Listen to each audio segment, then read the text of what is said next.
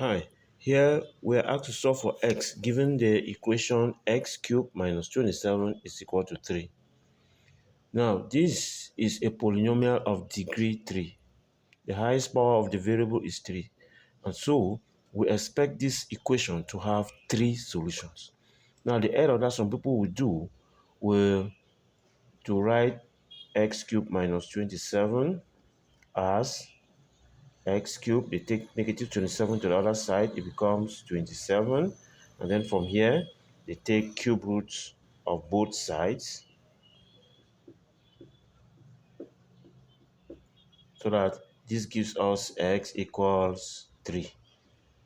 You see, you end up with just one solution, whereas it's supposed to have 3 solutions. So this is a wrong method for solving this equation. So what then is the right method? Okay, so uh, x cubed minus 27 equals 0, what we immediately see is that 27 can be written as the cube of 3.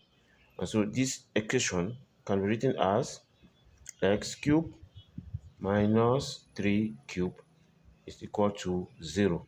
So here we have the difference of cube, and there is an identity for the difference of cube.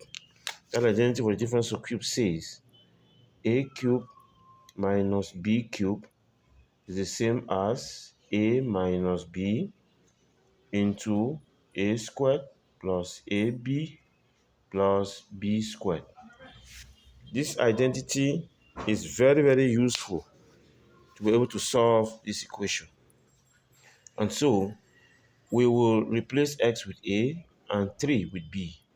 Let us now write this left-hand side as this, using this equivalence of the left-hand side here.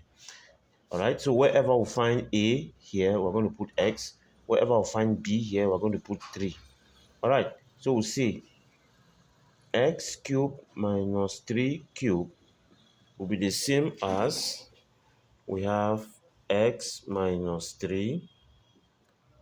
x minus 3 into x squared plus 3x plus 3 squared. Okay, so here we have, so if we can resolve this, then we will have resolved this. And so this equal to 0 simply means we put this equal to 0. Okay, so this now becomes, we can say our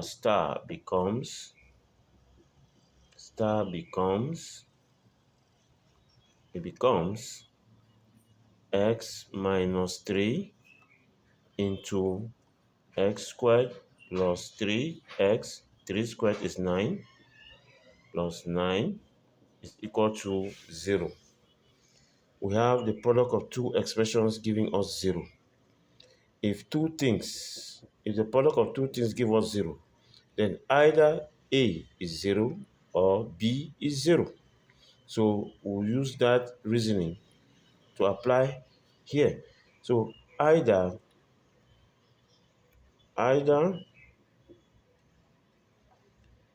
x minus 3 is 0, in which case x equals 3, our first solution,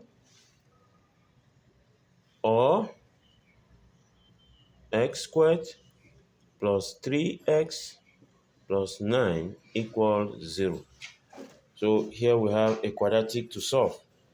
And a quadratic, since the degree is 2, we expect to have 2 solutions here. So the remaining 2 solutions will be added to that to give us the 3 solutions that we expect. So here we can proceed by using the quadratic formula. Our a is the coefficient of the leading term, our b is the coefficient of the x term, and our c is the constant.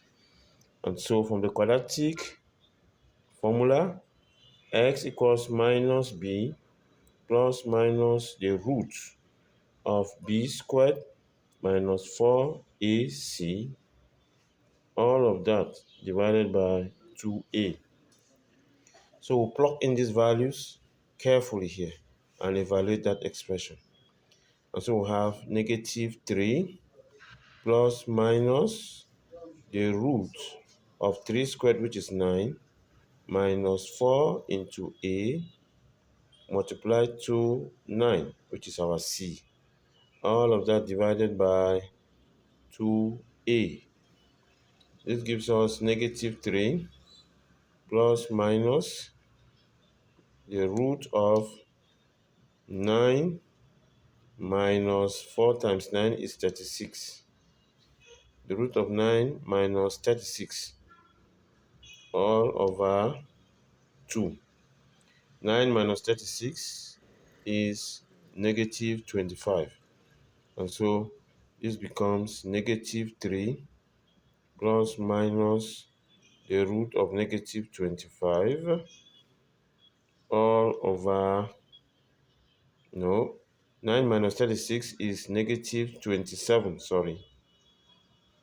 Negative 27, okay. 9 minus 36 is negative 27, okay, divided by 2. Okay, now remember the square root of negative numbers do not exist in the real number fields, but it exists in the complex field. So